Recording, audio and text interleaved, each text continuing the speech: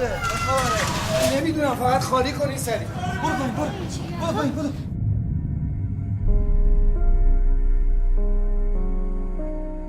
من و خانمم که از اینجا اسباب کشی کردیم رفتیم توی خونه‌ای که باحال اینجا.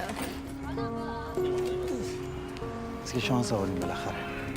ببین سر راه از سوپرمارکت های باز بود یه چیز برای صبحونه بگی، هیچی نداریم تو. قربونت برم.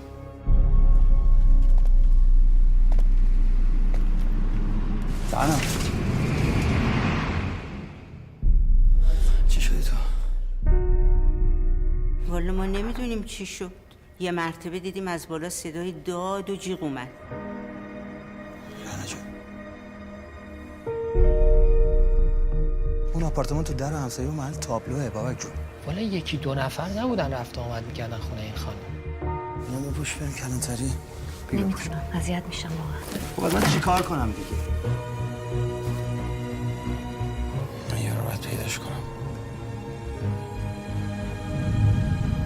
شما صاحب این ماشین هیچ وقت اینجا دیدین؟ یک کلمه نمیگه اونجا چی؟ تو چرا همچی میکنی امشب؟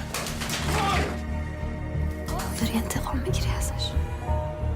خودم میدونم دارم چی کار میکنم.